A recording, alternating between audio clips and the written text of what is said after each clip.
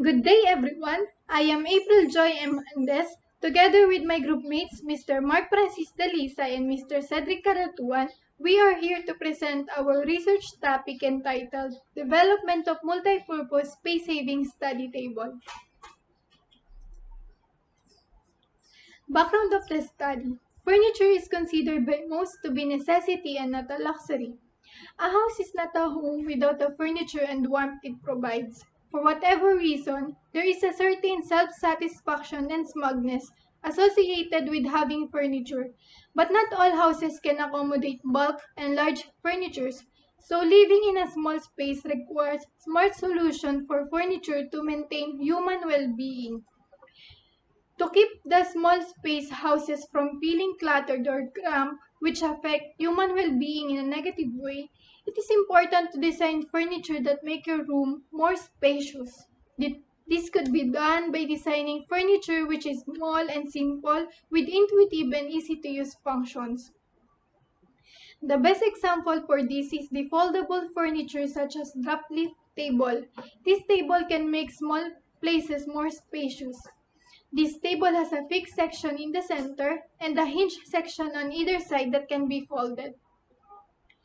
This idea helped the researcher to come up with the multi-purpose space-saving study table. A study table with drawing board, drawers, and caster wheels that will help the furniture to move easily. These qualities and features of furniture are appropriate in the students, especially to the architectural drafting students.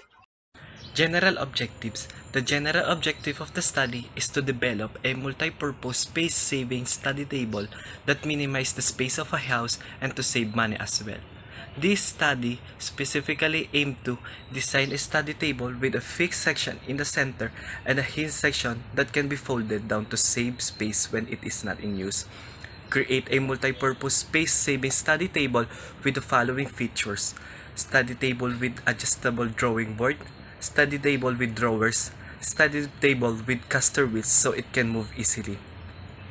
Test the final product in terms of appearance, durability, functionality, performance, safety, and affordability. Evaluate the performance of the multi-purpose study table using the LSPU SPCC CIT evaluation instrument. Conceptual framework. The conceptual model served as the guide in the development of the project.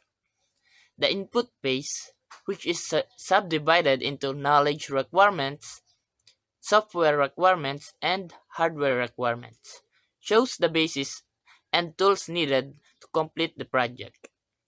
Knowledge requirements contain the skills about architectural drafting technology, furniture design skills, and research knowledge skills. Software requirements consist of different software technologies needed to develop the prototype, such as AutoCAD and SketchUp. Hardware requirements consist of equipment needed in woodworking and essential materials such as plywood, foldable brackets, hinges, casters, nails, adhesive, and paint that will be used to create the prototype. The process phase includes the phases of the project development, such as reviewing the project design, planning the layout, construction of the actual project, and evaluation of the final product in terms of its appearance, durability, functionality, safety, performance, and affordability to ensure the quality of the prototype. LSPU evaluation instrument was used to test the evaluate and the performance of the prototype. Lastly, the output of the study is the developed multi-purpose space-saving study table. Research design. The proponents utilize the developmental research using quantitative analysis. Developmental research is seen as a research methodology adopted by a researcher whose research aim is establishing an empirical basis for the creation of instructional and non-instructional products. This study used developmental research to improve existing study tables. Theories and principles were adopted and used to avoid multiple trials and revisions, which enhanced the function of the table. Project design, the development of multi-purpose study table that is fit even in a small space area. This design is inspired by the convertible study table which is popular nowadays. It has a leaf that can be folded when it is not used to save space. It has supported by foldable brackets to carry the weight of the table. It is easy to carry around the table because it has caster wheels that can help move it easily. The convertible study table has 27 inches length, 21 inches width, and 29 inches height. The wings have 23 inches height.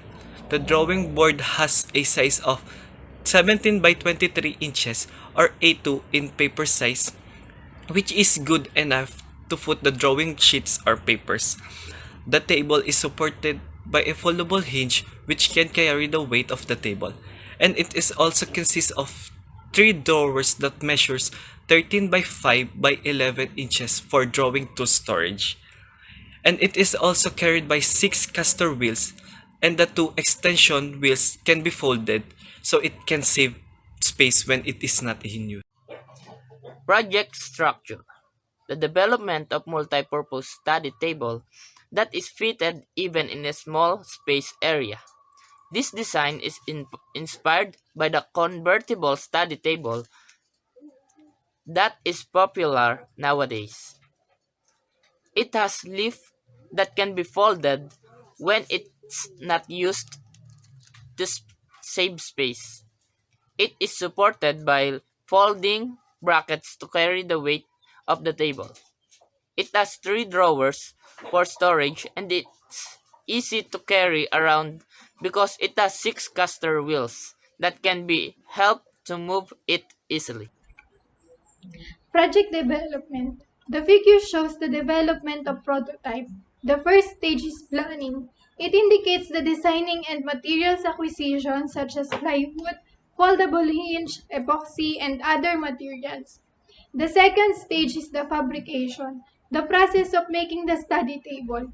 The third stage is the testing of the prototype. The researcher used different kinds of weights to make sure the durability of the study table. The fourth stage is the evaluation. At this stage, the prototype was evaluated through the use of survey form, answered by 55 respondents, specifically by the respondent related to architectural drafting. Revision happened while developing the actual prototype. In the testing and assessment process, the outcome of the table is not that stable, so changes took place. A wheel extension has been added to support the table and increase its stability.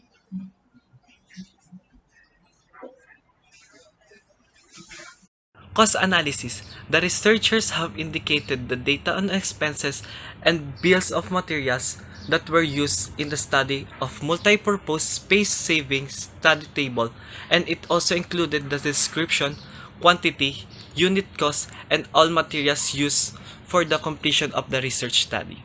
Materials. Plywood. 1 1/2 quantity. Unit cost 1,250 per pieces. Total amount 1,875. Nail 1/4 kilogram, 76 per kilo. Total amount 19. Narrow butt hinge 4 quantity, 8 unit cost, and 32 total amount. Folding brackets quantity 4. Unit cost 282.5. Total amount 565. Drawer slides 3 quantity, unit cost 70, total amount 210. Caster wheels 6 quantity, unit cost 35, total amount 210. Stickwell 1, unit cost 39, total amount 39. Varnish quantity 2, unit cost 100, total amount 200, and the labor expenses 2,000.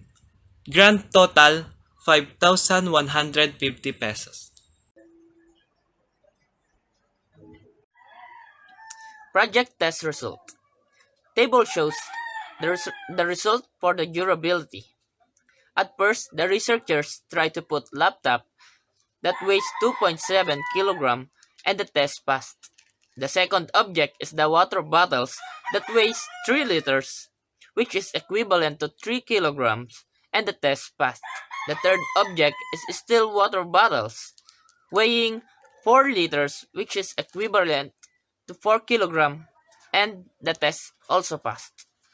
Lastly, a water bottle that weighs 5 liters, equivalent to 5 kilograms, is passed. Therefore, the multi-purpose space-saving study table can support objects that weighs 2 to 5 kilograms. Respondents' profile. The figure shows the study has a respondent's age ranging from 20 to 35 years old.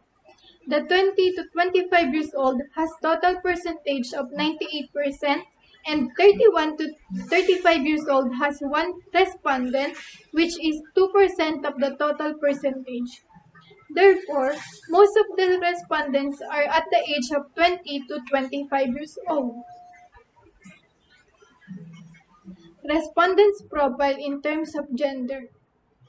The total percentage of male was 58%, while the percentage of female was 42%. Therefore, most of the respondents are male. Next, respondents' profile in terms of their status.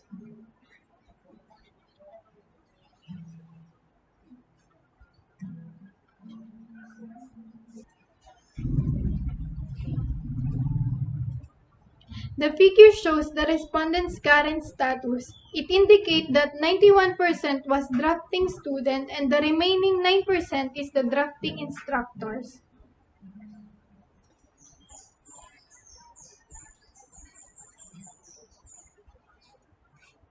Project evaluation. In terms of appearance, the table shows the project evaluation in terms of appearance with the overall mean of 4.65 and with the standard deviation of 0.36, which is interpreted as highly acceptable. And in terms of the durability, the table shows that the project evaluation in terms of durability with the overall mean of 4.61 with the standard deviation of 0.36, which is interpreted as highly acceptable.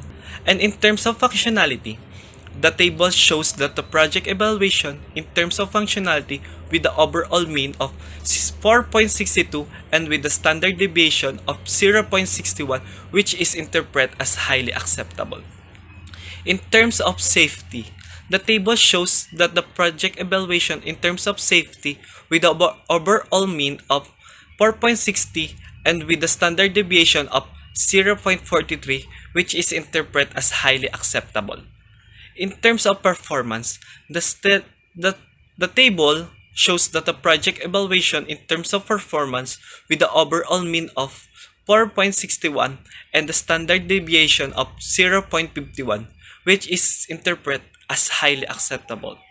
In terms of affordability, the table shows that the project evaluation in terms of affordability with the overall mean of 4.60 and with a standard deviation of 0.56, which is interpreted as highly acceptable. Summary of findings. The multipurpose space-saving study table attained as highly acceptable rating with an overall mean score of 4.61. Each indicator received as highly acceptable rating with a mean score of 4.65. Appearance was the highest. According to the responses, the table is physically attractive and seemed to be comfortable to use. Safety was low, the lowest, which the total mean of 4.60, and it indicates that there is improvement in terms of safety. Summary of findings. The researcher used a self-made questionnaire composed of 18 questions. Questionnaire is distributed to the selected persons comprising of 55 respondents, which composed of 50 drafting students and 5 professional instructors from the Laguna State Polytechnic University, San Pablo City campus. Each respondent was surveyed online using a Likert scale, and they were given the opportunity to rate the prototype's quality. The quality of multipurpose space-saving study table was evaluated by the respondents as highly acceptable in terms of appearance, durability, functionality, safety, performance, and affordability of the product. There was no significant difference in the ratings given by the group of respondents on the product. It means that both groups of participants shared the same outlook. Conclusion. According to the resultant findings stated in the summary, the prototype was proven to be functional, accurate, and acceptable. This table will benefit the student in terms of minimizing the space of their houses and also save their money. The following conclusion is made after considering the objectives of the study and the result of the testing and evaluation conducted. Number 1. The multipurpose space-saving study table was successfully designed with the following characteristic: fixed section in the center and a hinge section that can be folded down to save space when it is not in use, adjustable drawing board, drawers, and caster wheels. Number 2. The prototype was successfully fabricated as designed. Number 3. The prototype was successfully tested the performance in terms of durability. Number 4. The prototype was successfully evaluated by 55 respondents in terms of appearance, durability, functionality, safety, performance, and affordability. Recommendations. The following are indicated as highlights of the study's findings, conclusion, and recommendation which are based on the analysis of the researchers. This will help the future researchers have an idea and make improvements of this study. In terms of appearance, enhancing the color will help the prototype blend easily in different backgrounds, and you can also add different colors for the appearance to make it more attractive. Using more efficient material will enhance the durability of the table. Utilizing more efficient methods will enhance the functionality of the table. Adjusting the size of the lift of the table so it will be more stable and comfortable to use. Conduct further research in terms of this design to improve multipurpose space-saving study table. And that will be all. Thank you so much for listening.